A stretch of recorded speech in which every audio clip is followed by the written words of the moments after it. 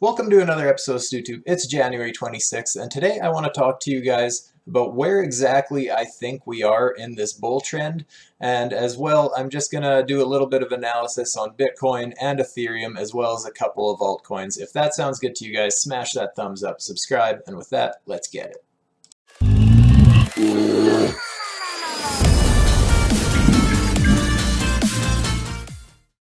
Alright, first things first, you guys know I have some extremely bullish targets and that I don't think this bull run is anywhere near completion yet. If you don't know what I'm talking about, check out the link in my description below with my macro analysis video.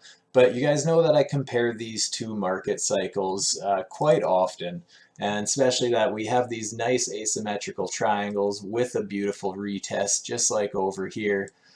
Next, we had this phase here, you guys, which was a little bit of chop, and I'm kind of wondering if we sped things up on this run here, and that was kind of this little bit of a consolidation here.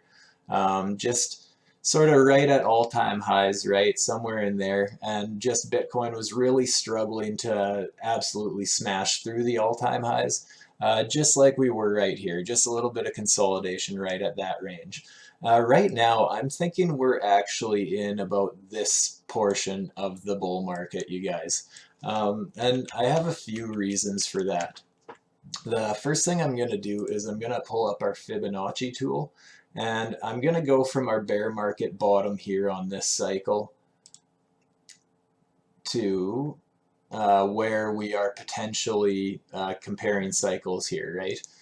So I'm saying here's our top here because I'm saying that this is the same as over here. So let's pretend that's our top for now. And where are we going to pull back to? Well, we never did retest all-time highs, guys. And interesting enough, all-time highs is the 618 Fibonacci line. So that's two, in my opinion, very magnetic things that should draw the price back down to all-time highs because it's also the 618 Fib retracement. And we never did get it. And where we did end up finding support, guys, is the 382 Fibonacci. You can see we just very briefly wicked below, but basically found support there, right? And if you guys have been subscribed here for quite a while, you know how I feel about very strong bull trends. I always say that if it's a very strong trend, that the 382 acts as a very key level of support or resistance.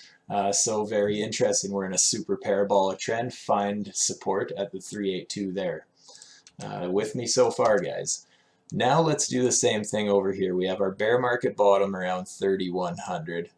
And let's go to where we are currently. Let's say that's the top again, right, guys?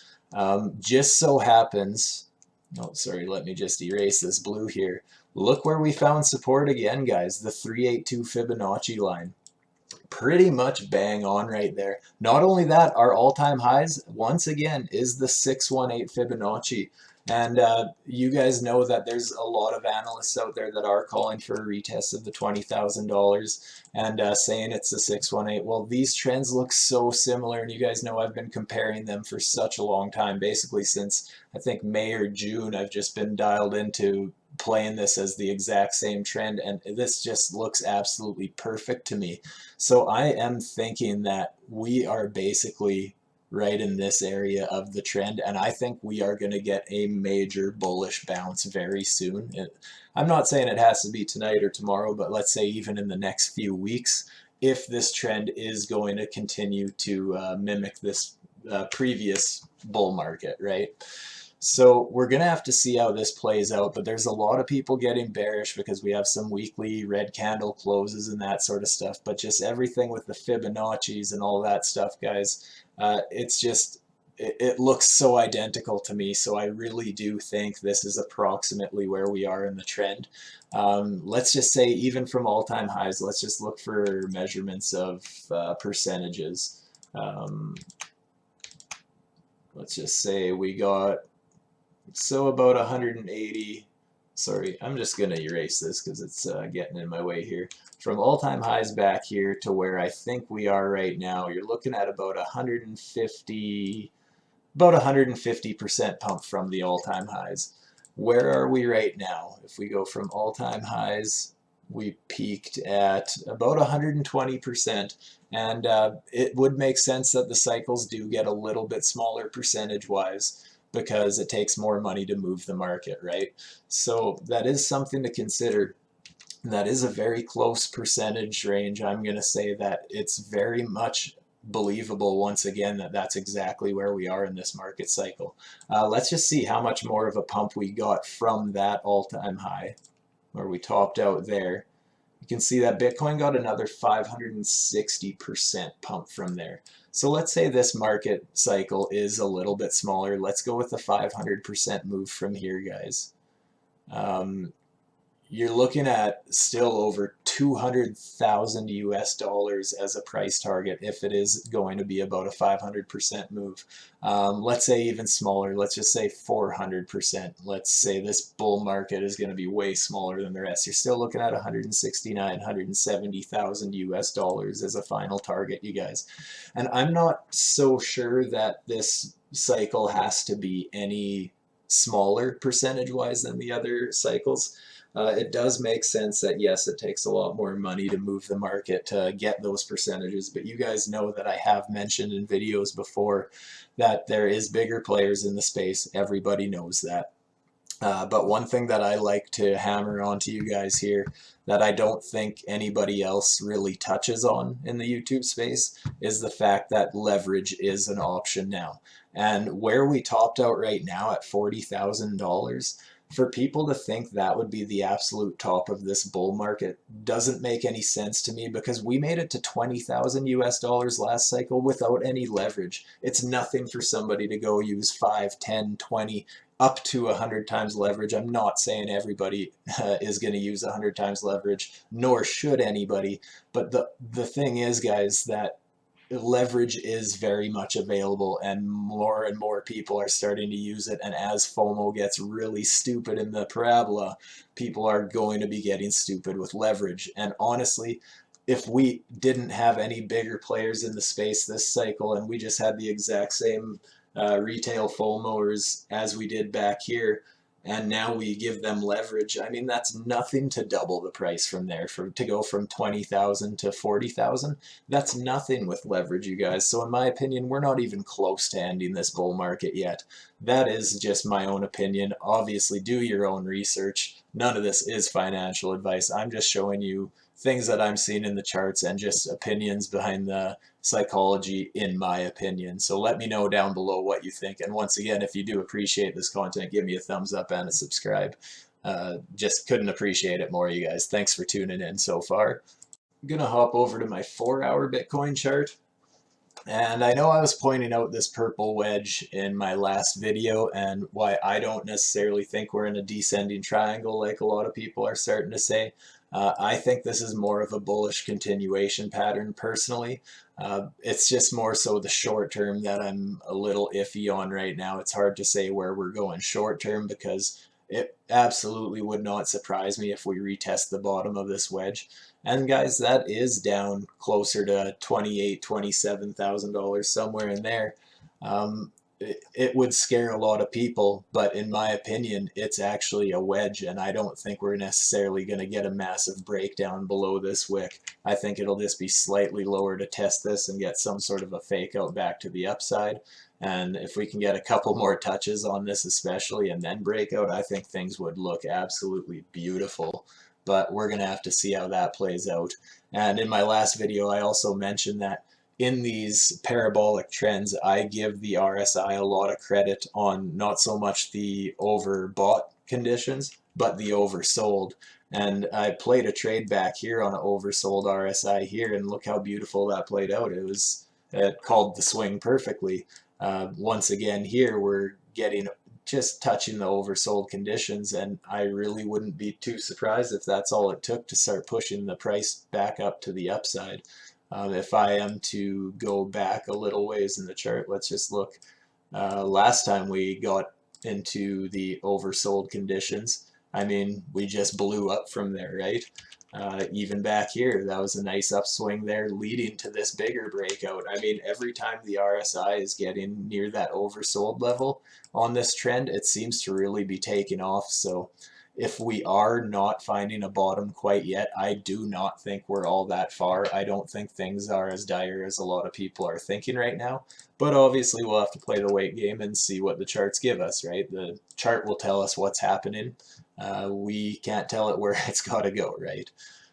From here, I am going to hop over to my 4-hour Ethereum chart. I am extremely bullish on Ethereum. Not necessarily short term. I do think there's a good chance we are going up from here, but I'm not super confident. But as much as the macro trend, I think it's only a matter of time here until Ethereum really has some sort of a blue sky breakout. We are in this bit of a purple rising wedge, in my opinion, but I don't know if that's going to stand too much of a chance pretty soon.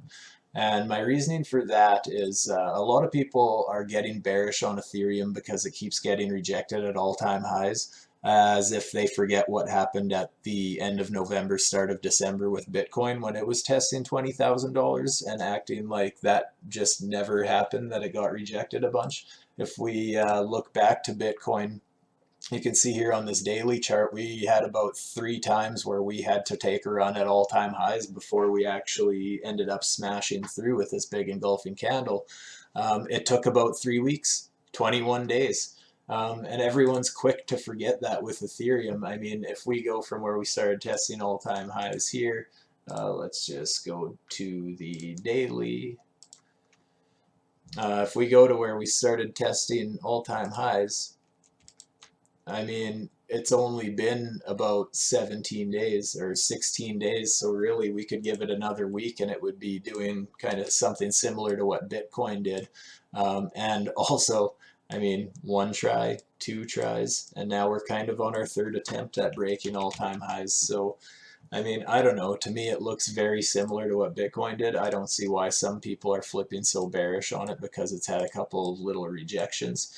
Also, we kind of have this, I'm going to call it a heart line. I know it's not perfectly through the center of the trend or whatever, but it just kind of seems to be a bit of a line of significance. And we totally got a bounce off it this morning with this big 4-hour engulfing bullish candle, which looks absolutely beautiful in my opinion. But I mean, are we going to hold this? I don't know. Maybe we will test back down to the purple trend line. And if that drops, I would be eyeing up this white trend line. That's just kind of connecting the bottom of these.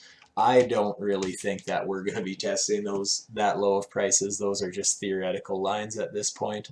But I really do think any day or week now, Ethereum will, I'm hoping also, especially that after it, I made that emergency Ethereum video, right, guys? And I showed how it had broken out of a pattern versus Bitcoin. That's about a 3-year coiling up pattern or whatever. So I'm very bullish on Ethereum. Just a lot of things going for it in the technicals. I think it's just imminent that it's going to absolutely explode, blue sky breakout, just like Bitcoin did, where it's going to probably double in price or more. But we're going to have to see with that too. If I hop right over to the 15-minute chart with Ethereum, if you guys follow me on Twitter, I was eyeing up this green support box. And I had posted that it dropped, I got stopped out, I posted that I got wrecked, and you can see that it was a bit of a fake out. We just ended up dropping the support line, getting back into my support box, and kind of taking out, or going upwards from there. As far as a micro move goes, what I don't like to see is that we already failed a bit of a support flip on this downtrend line. Not ideal to see, especially right now. You can see even the wicks are kind of respecting it right now. I know it is only a 15-minute chart. I'm just zooming in for fun, you guys. But so short term, it's kind of hard to say.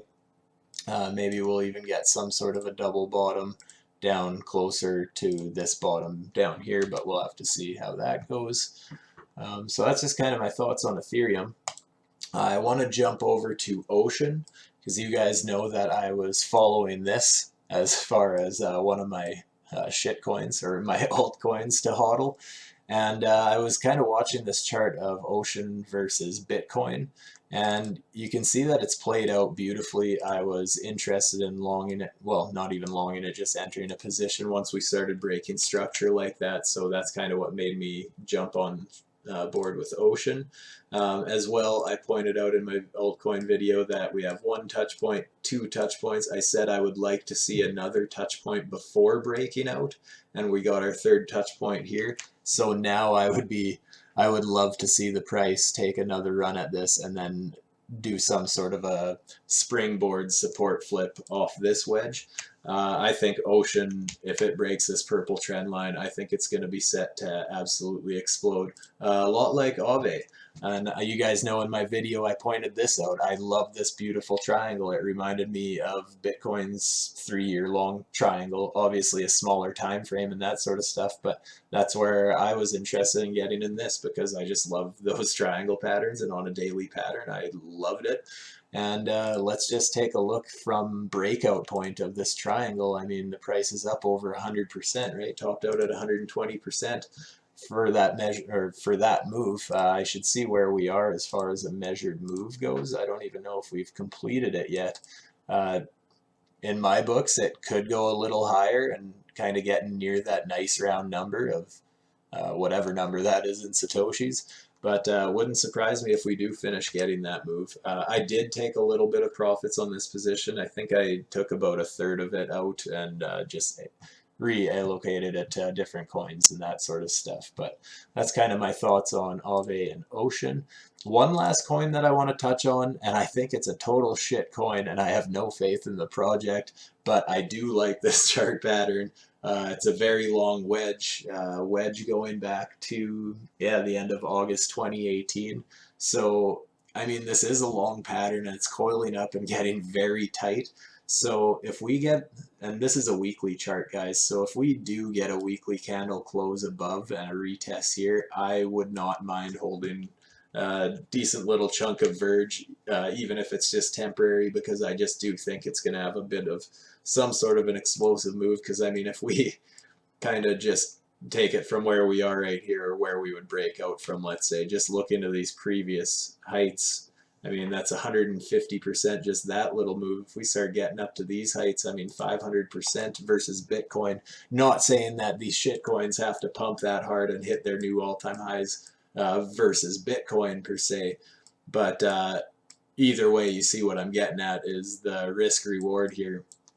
It just looks like a potential massive move in my opinion, so we'll have to see what happens there, and when we actually end up closing outside of this wedge, who knows, maybe we'll just break to the downside and absolutely plummet. Another thing going for Verge though is they do have halvings, and you guys know about the Bitcoin halving, and so yeah, Verge just does the same thing, and I believe it was actually today just happened. Yeah, January, I think it was today that the halving actually happened. So, I mean, it hasn't reflected the price yet. With Bitcoin, it definitely took a while to affect the price. I don't necessarily think the same thing will happen with Verge because I don't see it as a store of value like Bitcoin, so I don't know if the halving really matters all that much.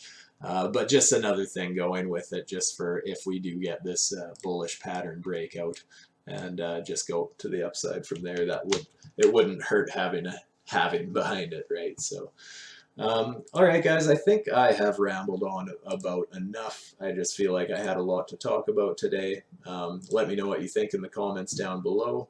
As I said, we're getting this bit of a rejection here. Not great to see short term, but long term I am still bullish.